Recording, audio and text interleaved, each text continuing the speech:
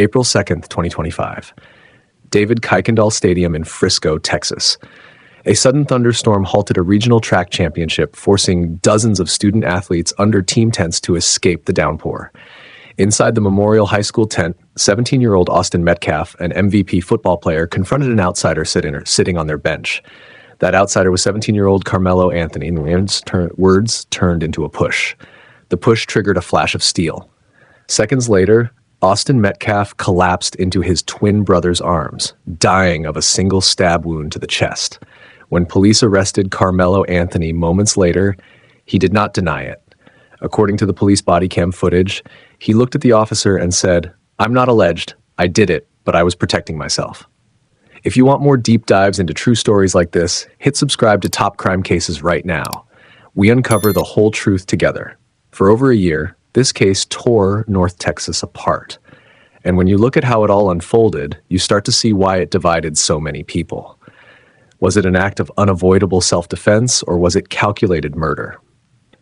In June 2026, a Texas jury finally delivered the definitive answer.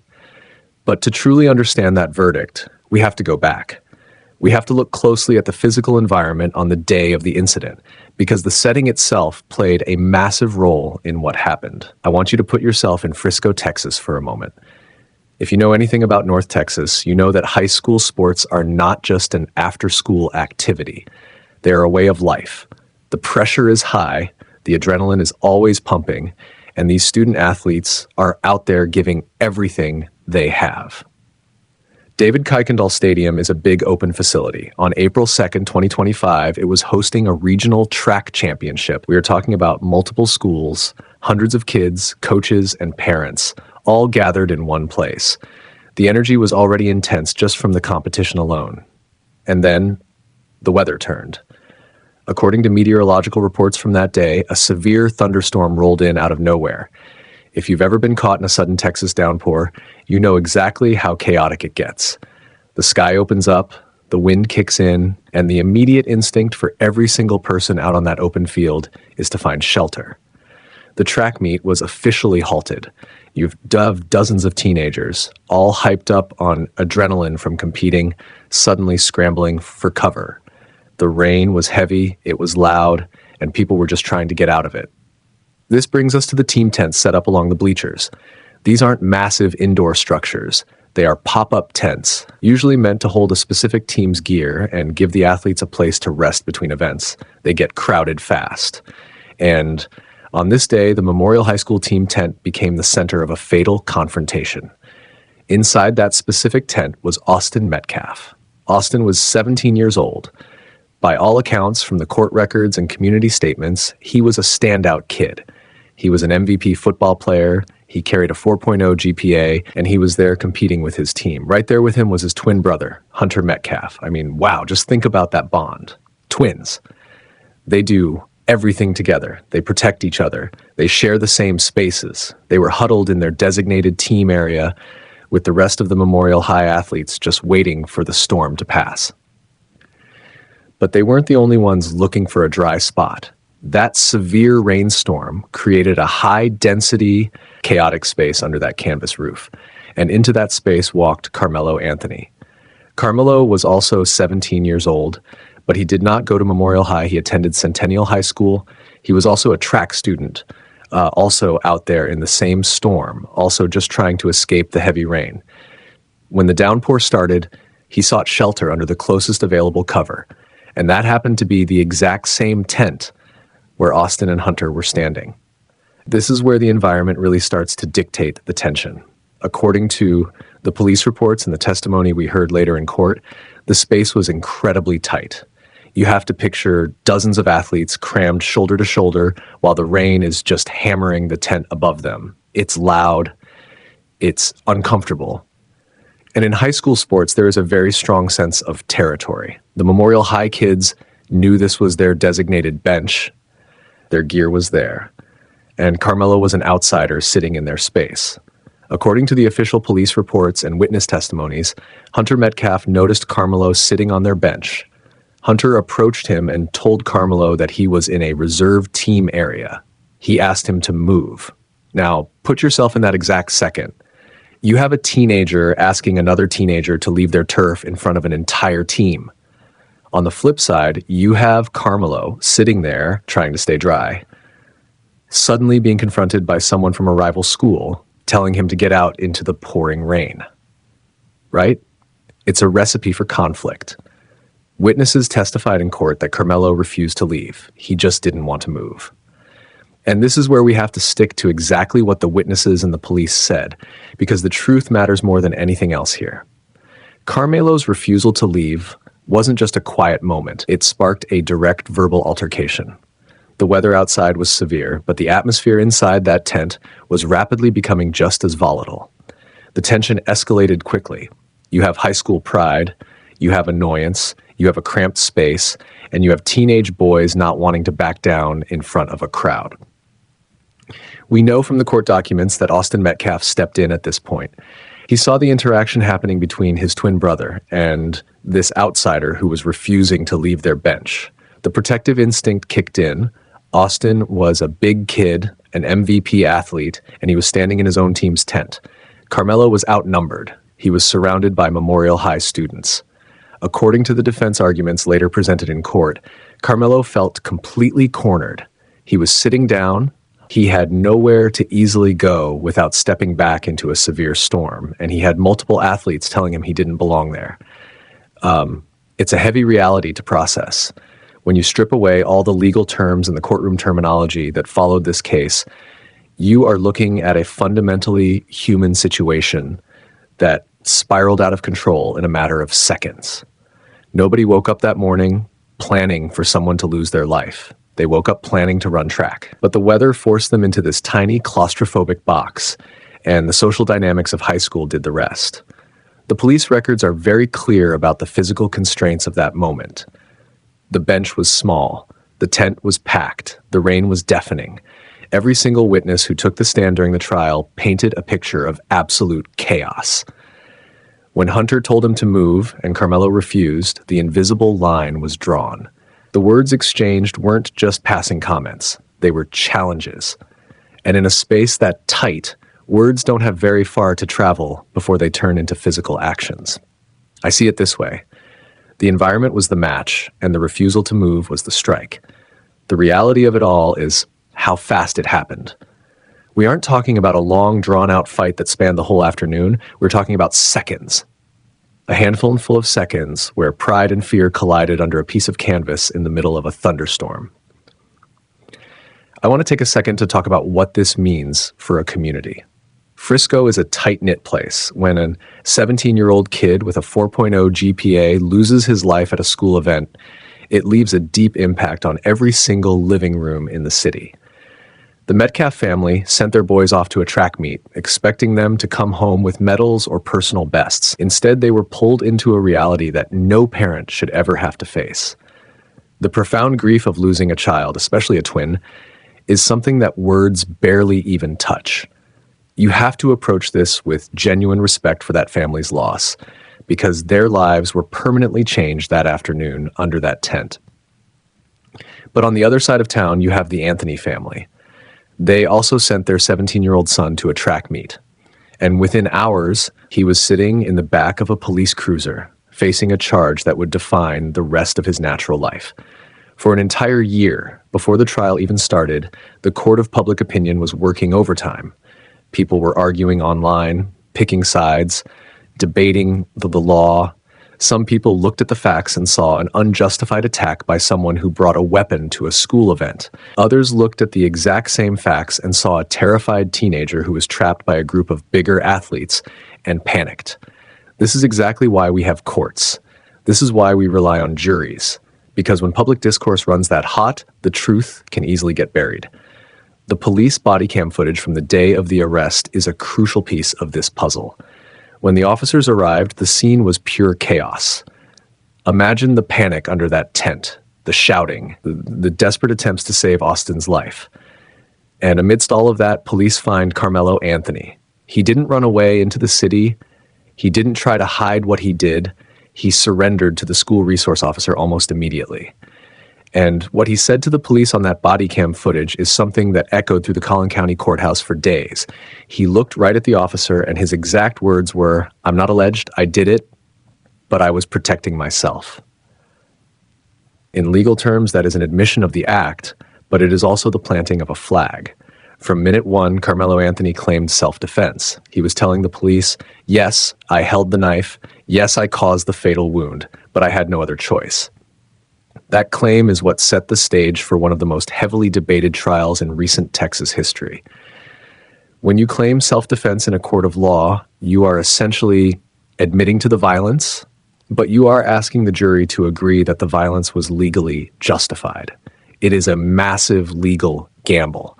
And to make that gamble work, the defense had to rely heavily on the physical environment of that tent. They had to make the jury feel the claustrophobia. They had to make them feel the intimidation of being an outsider sitting on a bench surrounded by a rival team. But the prosecution looked at that exact same tent, that exact same rainstorm, and that exact same bench, and they saw a completely different story. They saw a student who was asked firmly to leave a space that didn't belong to him and who stubbornly refused, escalating the situation on purpose. They argued that Karmelo wasn't trapped by the weather. He was trapped by his own pride.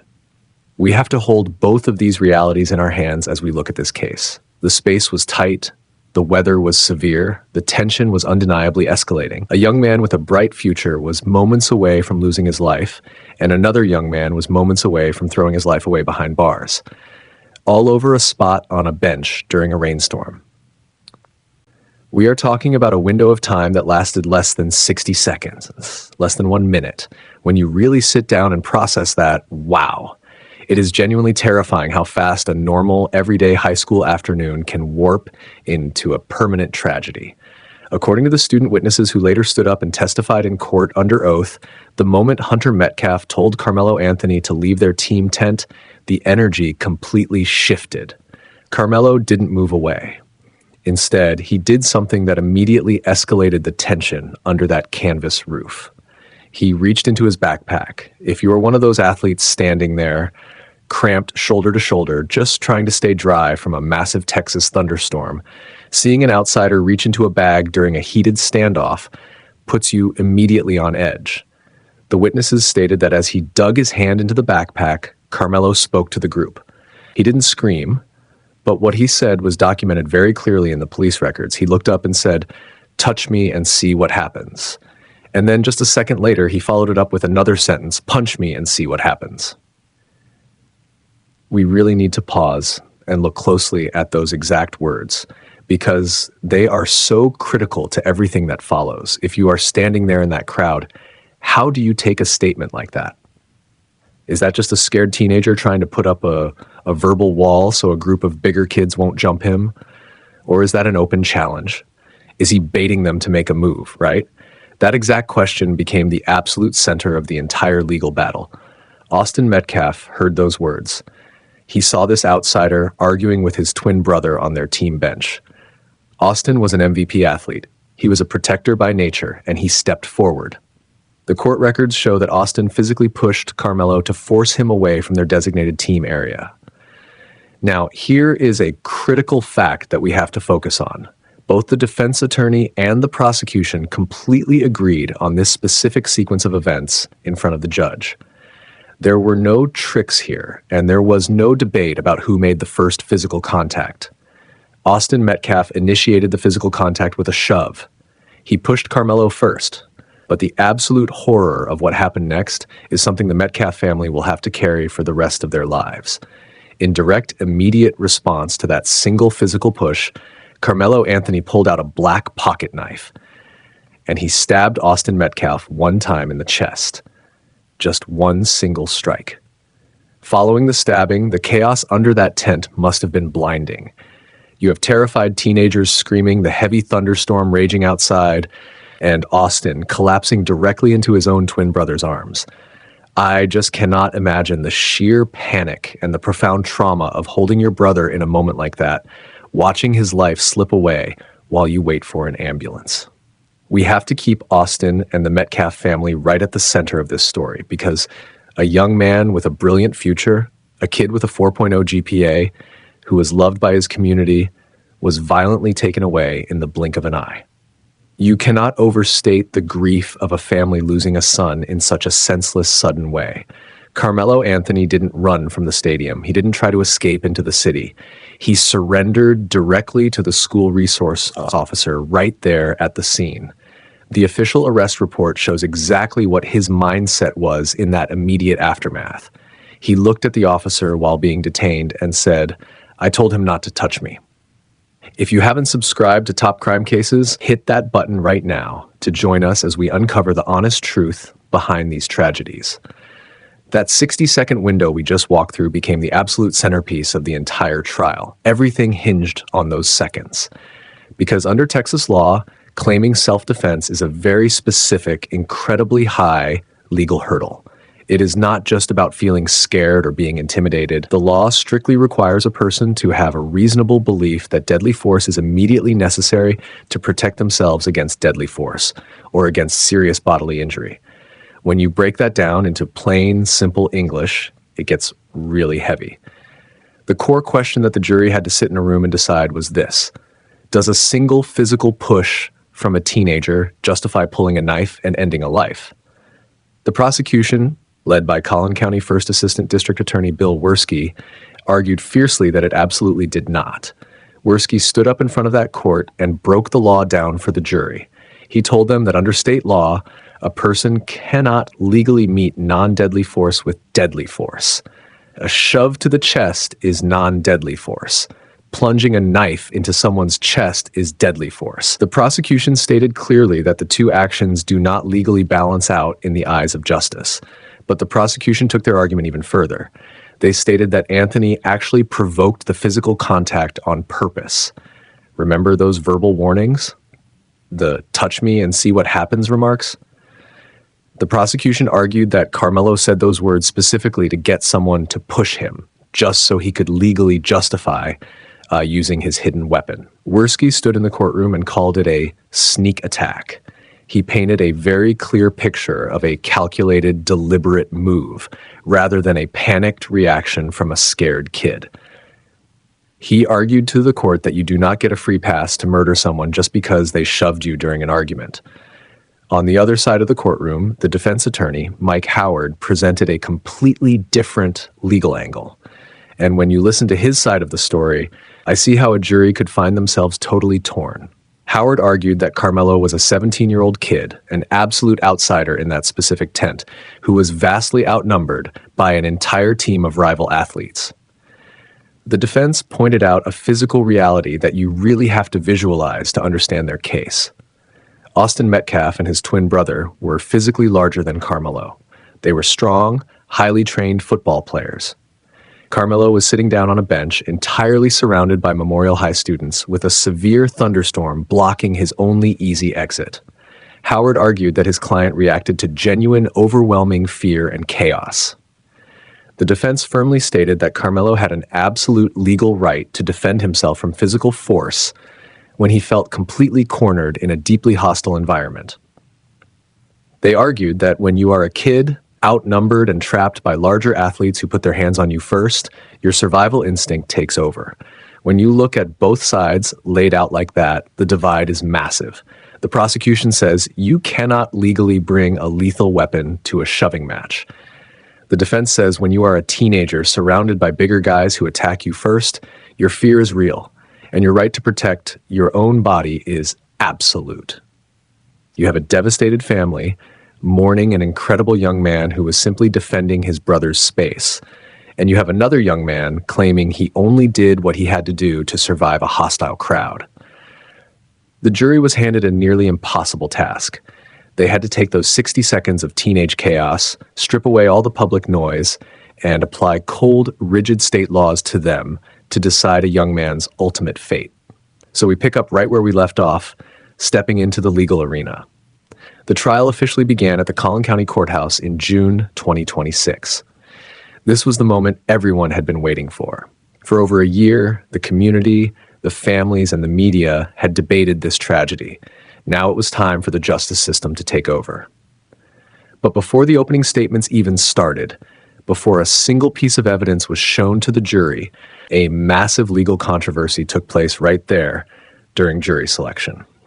If you have never sat through a trial, jury selection is often where cases are quietly won or lost. Both the prosecution and the defense get a chance to strike or remove certain potential jurors from the pool, right? It is a strategic process.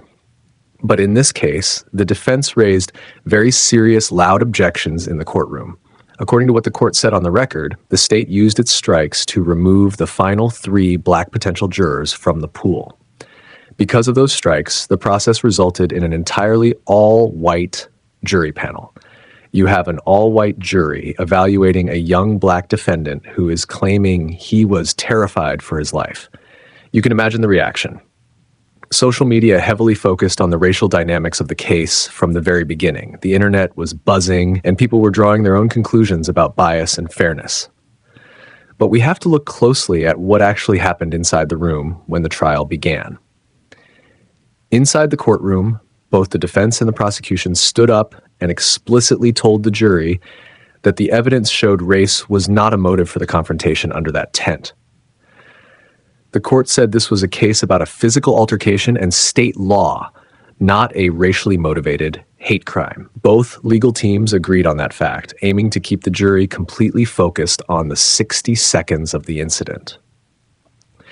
Over the next 5 days of trial testimony, the tension in that Collin County courtroom was incredibly heavy. We watched the prosecution lay out their case, and we watched the defense present their side. But during those 5 days, the defense made a deeply calculated legal decision. Karmelo Anthony did not take the stand. I see people debate this specific choice all the time in true crime cases. People always wonder, if you are innocent, or if you truly acted in self-defense, why wouldn't you get up there and tell your side of the story? But in Texas and across the United States, a defendant has the absolute legal right to remain silent. The Fifth Amendment protects you from having to testify at your own trial. The defense team chose to use that right to shield Anthony from cross-examination by the prosecutors.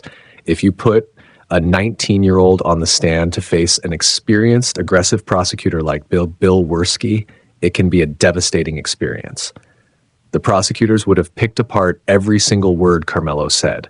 They would have challenged his memory, his tone, and his intentions. The defense clearly felt that the risk of him getting confused or trapped by the prosecution's questions was just too high. So they kept him in his seat. But that legal shield came with a massive cost. It meant the jury never heard Karmelo Anthony explain in his own words exactly why he felt his life was in danger. They never heard his voice crack. They never heard him describe the fear he felt when the other party initiated the physical contact. The jury only had the police body cam footage and the witness testimonies to rely on. On June 9th, 2026, the trial finally concluded. Both sides rested and the judge handed the case over to the jury. This was the moment of absolute truth. The jury had to go into a private room and decide between 2 completely opposite realities. They had to weigh the prosecution's claim of a provoked, calculated sneak attack against the defense's claim of a terrified teenager protecting himself from a larger athlete. When a jury leaves the courtroom, you never know how long they're going to take. Sometimes they deliberate for days or even weeks, agonizing over every single piece of evidence. But in the case of Karmelo Anthony, they deliberated for less than 3 hours. Wow. Just 3 hours. When a jury comes back that fast in a major murder trial, it usually means they are completely unified in their decision. They did not struggle with the legal definitions. The Collin County jury completely rejected the self-defense claim. The judge had actually given them the option to convict Anthony on a lesser charge of manslaughter, which basically means causing a death recklessly but without strict intent. But the jury declined that option as well. They looked at the evidence, they looked at the timeline, and they made their ruling. They found 19-year-old Karmelo Anthony guilty of first-degree murder. The moment that verdict was read, the reality of the situation crashed down on everyone in the room. But the process was not over. In Texas, if the jury finds you guilty, the trial immediately moves into the sentencing phase.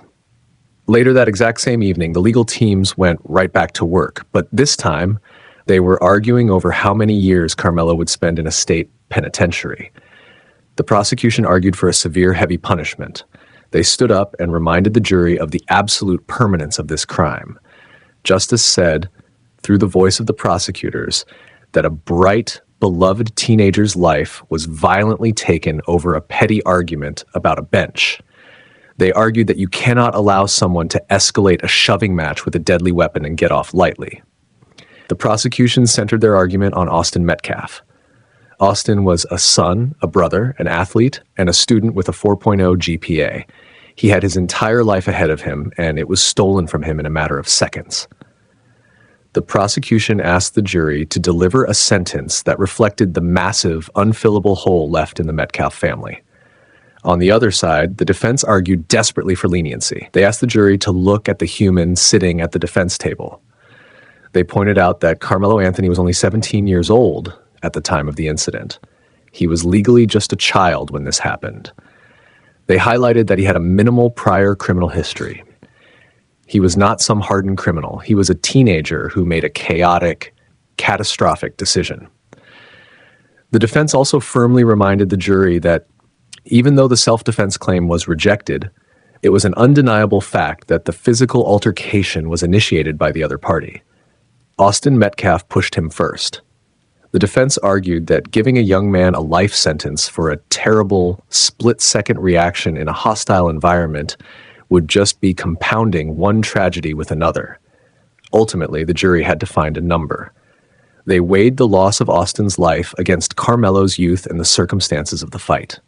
The jury handed down a 35-year prison sentence.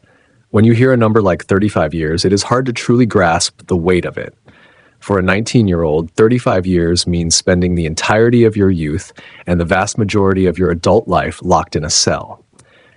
Court records indicate that when the sentence was read, Karmelo Anthony broke down in tears as he was remanded into custody. The reality of his future finally settled in. But as we talk about this, we have to bring our focus right back to the victims. We must center the Metcalf family because their sentence is permanent. Following the ruling, the Metcalf family was given the floor to deliver their final victim impact statements. This is the moment where the family gets to speak directly to the person who took their loved one. You can only imagine the profound, heavy grief in that room. Speaking with genuine empathy and respect for the victims, you have to acknowledge the absolute nightmare they have lived through since April 2025. They stood in that courtroom and expressed the agony of losing Austin. Hunter Metcalf had to face the young man who killed his twin brother. They shared their pain, their memories of Austin, and the reality that their family dinners, their holidays, and their everyday lives will never, ever be the same. The police said their piece, the attorneys made their cases, and the court said its final word. But the community reaction outside the McKinney courthouse truly reflected the absolute division and heartbreak the case created. There were no celebrations, there were no winners.